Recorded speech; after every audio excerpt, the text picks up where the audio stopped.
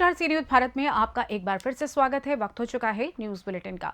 इस बुलेटिन में बात करेंगे भोपाल की, जहां कांग्रेस मीडिया प्रभारी मुकेश नायक ने कई मुद्दों पर सरकार पर साधा निशाना। आगे बात करेंगे दिल्ली की, जहां दिल्ली के मुख्यमंत्री अरविंद केजरीवाल ने पार्टी कार्यकर्ताओं को किया संबोधित। साथ ही आगे चर्चा होगी रेवाड़ी की, जहां आरती साव ने अपने पिता भाजपा प्रत्याशी राव इंद्रजीत के लिए किया धुआंधार प्रचार। और भी तमाम खबरों पर आगे करते हैं विस्तार से चर्चा।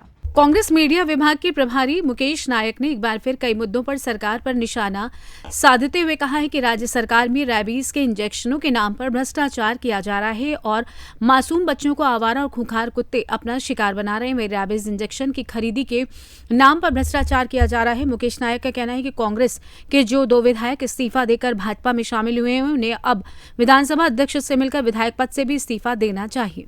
मुकेश नायक ने कहा कि इस संबंध में कांग्रेस नेता प्रतिपक्ष और पीसीसी चीफ नेतृत्व में विधानसभा अध्यक्ष से मुलाकात करेंगे। मुख्यमंत्री डॉक्टर मोहन यादव के बयान पर निशाना साधते हुए मुकेश नायक ने कहा कि एक तरफ तो मुख्यमंत्री कहते हैं कि उनके रोम रोम में राम है, लेकिन ना तो उनकी भाषा में, ना व्यवहार में और ना ही आचरण में कहीं भी इसकी झलक नजर आती है।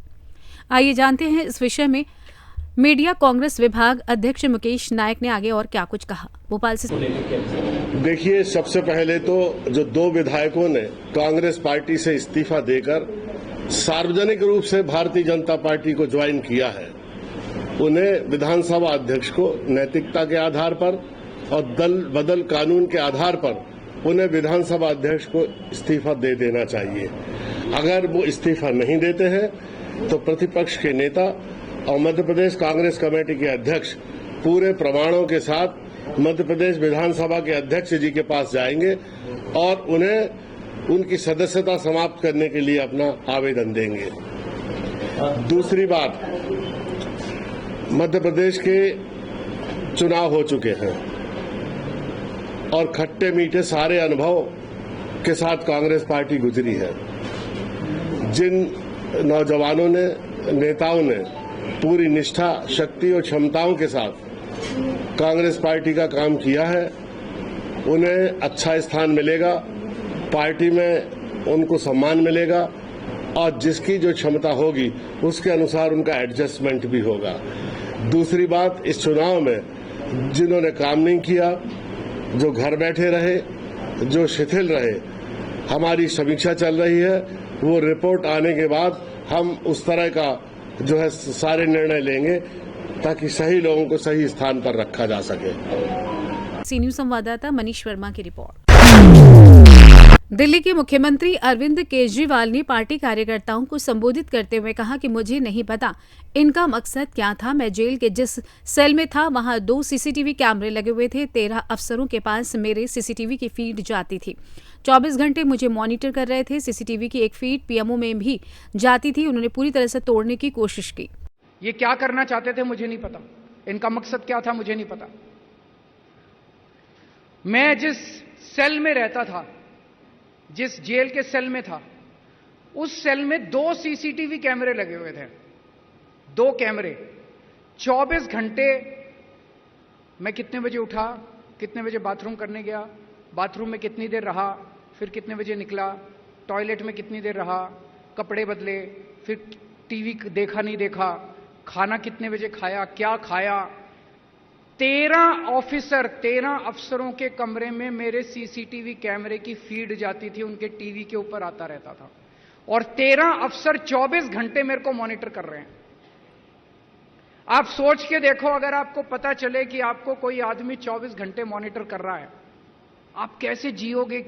आदमी होता है ना कि अपना रिलैक्स कर रहा है, कुछ भी कर रहा है, सोने का मन किया सो गया, जागने। अगर आपको पता चले 24 घंटे कोई देख रहा है मेरे को, जीना मुश्किल हो जाता है। और मुझे बताया गया कि एक फीड उसकी पीएमओ में जाती थी। पीएमओ में भी 2 टीवी लगे हुए थे जिसके ऊपर वो मॉनिटर कर रहे थे कि केजरीवाल सेल में क्या कर रहा है। तो इन्होंने पूरी तरह से तोड़ने की कोशिश की। पर मैं अपना मेडिटेशन करता रहता था, किताबें पढ़ता रहता था। मेरे को इनसे कोई परवाह नहीं है। ऊपर वाले का आशीर्वाद है मेरे साथ, ताकत है मेरे अंदर, अंदर की ताकत है, क्योंकि सच्चे हैं हम लोग, सच्चाई की ताकत है हमारे अंदर। अब मैं आप लोगों से विनती करना चाहता हूं, मेरे को भी निकलना है, मेरी फ्लाइट भी है। कल आए थे हम लोग, दरबार साहब गए, मत्था टेका, बहुत बहुत आशीर्वाद मिला, बहुत आनंद आया।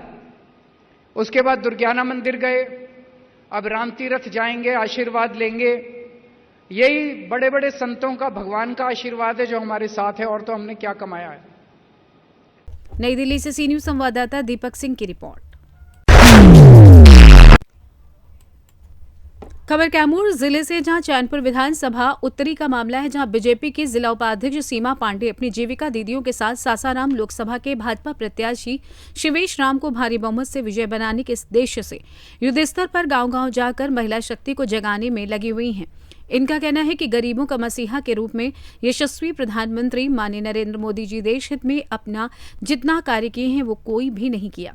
जो काम 70 साल में नहीं हो पाए उसे बीजेपी सरकार ने कर दिखाया, जैसे सड़क, बिजली, उज्ज्वला योजना, जनधन योजना, प्रधानमंत्री आवास योजना, किसान सम्मान निधि योजना, डिजिटल इंडिया, आयुष्मान भारत योजना, मुफ्त राशन योजना आदि योजनाओं का लाभ कौन ले रहा है? हम गरीब लोग ले रहे हैं। सबसे बड़ी बात, मोदी जी जातिवाद, परिवारवाद से परे हैं और दलों की स्थिति ये है कि जो एक बार सत्ता में आ गए तो पूरे परिवार को, रिश्तेदार को टिकट देकर सत्ता को हथियाने के चक्कर में पड़ते हैं। विरोधियों की स्थिति है भाड़ में जाए, जनता अपना काम बनता। इसलिए सबका साथ, सबका विकास, सबका प्रयास, सबका सम्मान के साथ सीमा पांडे ने ठाना है कि घर घर कमल खिलाना है। मौके पर चैनपुर महिला मंडल अध्यक्ष शांति देवी के साथ साथ सैकड़ों महिला उपस्थित रहीं। कैमूर से सी न्यूज संवाददाता राम प्रवेश तिवारी की रिपोर्ट।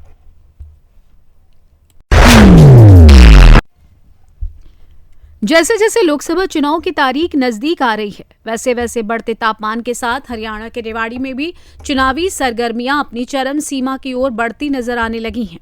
इसी कड़ी में गुरुग्राम लोकसभा से भाजपा प्रत्याशी राव इंद्रजीत सिंह की बेटी आरती राव भी धुआंधार प्रचार करते हुए अपने पिता के पक्ष में लोगों से मतदान का एक बार फिर मोदी जी के हाथ मजबूत करते हुए दावे से कह रही हैं कि राव के समक्ष कांग्रेस प्रत्याशी राज बब्बर की ओर से जजपा प्रत्याशी राहुल फाजिलपुरिया कोई चुनौती नहीं है। आरती राव ने कांग्रेस प्रत्याशी राज बब्बर और जजपा प्रत्याशी फाजिलपुरिया पर तंज कसते हुए कहा, इन लोगों को नहीं पता इलाके की समस्याओं और चुनौतियों का, वो ठीक से यहाँ के लोगों को नहीं जानते। अगर राव पर विकास न करने और अनदेखी का आरोप लगाते हैं वो गलत है, जरा उनसे भी पूछ लें। ये सवाल कि रेवाड़ी बावल तक मेट्रो लाने का प्रयास किसने किया? एम्स जैसे बड़ा संस्थान इलाके में लोगों को मिलना, सड़कों और ओवरब्रिज या अंडरपास जैसी सुविधाओं को जनता को मिलना केवल भाजपा और राव इंद्रजीत के ही प्रयासों का नतीजा है। और यही कारण है कि वो जहां भी अपने पिता के लिए प्रचार करने जा रही हैं, हर जगह उन्हें लोगों का भरपूर प्यार और समर्थन मिल रहा है। आइए जानते हैं इस विषय में प्रदेश कार्यकारिणी भाजपा सदस्य आरती राव ने आगे और क्या कुछ कहा।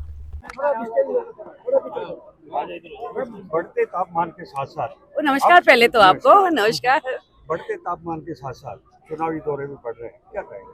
बढ़ते तापमान के साथ साथ चुनावी दौरे भी बढ़ते जा रहे हैं आपके, इस प्रकार का रिस्पॉन्स? जी, मेरे दौरे तो पहले दिन से ही, जब से साहब ने नामांकन भरा था उसके अगले दिन से ही दौरे शुरू हो गए थे।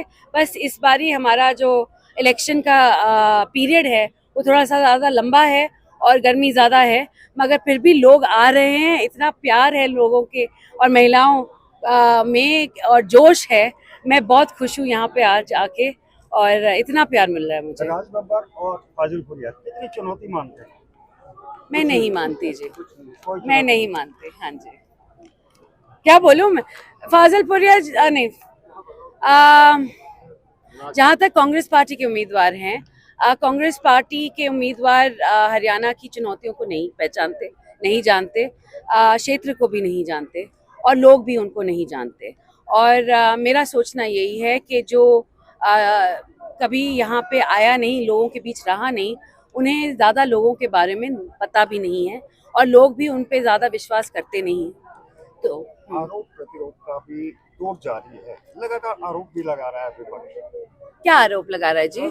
जनता कि राव साहब विकास कार्य नहीं करते, और मगर जो सड़कें बनी हैं, जो अंडरपासेस बने हैं, जो रेल आई है, वो क्या कौन लेके आया है? ये विपक्षी दल से जरूर पूछे। जो 5 साल में हुए हैं काम, वो कौन लेकर आए? ये मोदी सरकार लेके आई है, केंद्र सरकार लेके आई, राव इंद्रजीत सिंह लेके आए।